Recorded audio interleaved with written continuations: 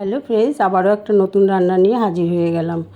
তো দেখো, আমি বাঁধাকপিটা গরম জলের মধ্যে বসিয়ে দিয়েছি সেদ্ধ হওয়ার জন্য। তো বাঁধাকপিটা সেদ্ধ করে নিলাম। এবার বাঁধাকপির পাতাগুলো আমি এক এক করে ছাড়িয়ে নেব।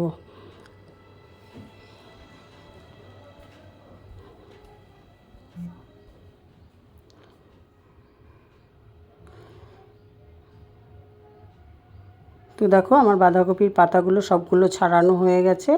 আর ভেতরের যে ছোট্ট অংশটা ছিল সেটা আমি এখন মিক্সিতে পেস্ট করে নেব, কারণ আমি এটা গ্রেভি বানাবো, সেই জন্য এটা আমার লাগবে।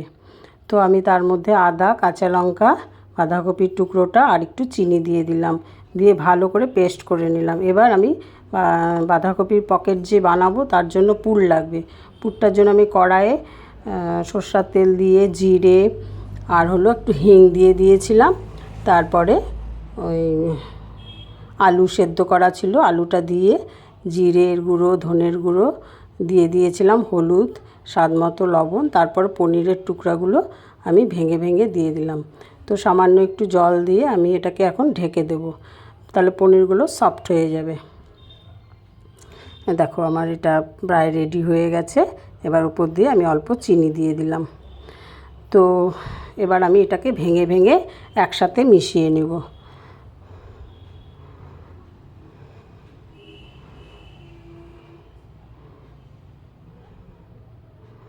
তো তারপরে আমি এই যে বাঁধাকপির একটা একটা করে পাতা নেব, নিয়ে ওই পুরটা ভরে আমি পকেটের মতো রেডি করে নেব।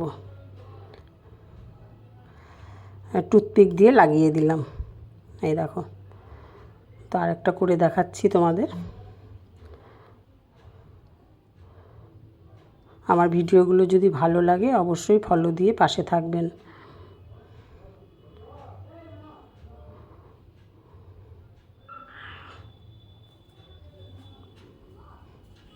বাইরে প্রচণ্ড আওয়াজ, রাস্তার পাশে বাড়ি হলে যা হয়, সমানে গাড়ি ঘোড়া যায়। এই দেখো, এখন আমি বাঁধাকপির পকেটগুলো এই তেল ছেড়ে দিয়েছি, তেল গরমও হয়ে গেছে। তারপর আমি এই পকেটগুলো এখন ভেজে নেব, বাঁধাকপির পকেটগুলো। তো আমি বেশি ডিপ ফ্রাই করব না, কারণ আমি যেহেতু এটা আজকে গ্রেভি বানাবো, সেই জন্য আমি হালকা ফ্রাই করেই নামাবো। তো আপনারা যদি ডিপ ফ্রাই খেতে চান তো একটু ডোবা তেলের মধ্যে এগুলোকে কড়া করে ভেজে নেবেন, ওটাও ভালো লাগে চায়ের সাথে, মুড়ির সাথে। দেখো, আমার সব পকেটগুলো ভাজা হয়ে গেছে। তো আমি এবার কড়াইয়ে আর একটু তেল দিয়ে জিরে, শুকনো লঙ্কা, তেজপাতার একটু হিং দিয়ে দিয়েছিলাম।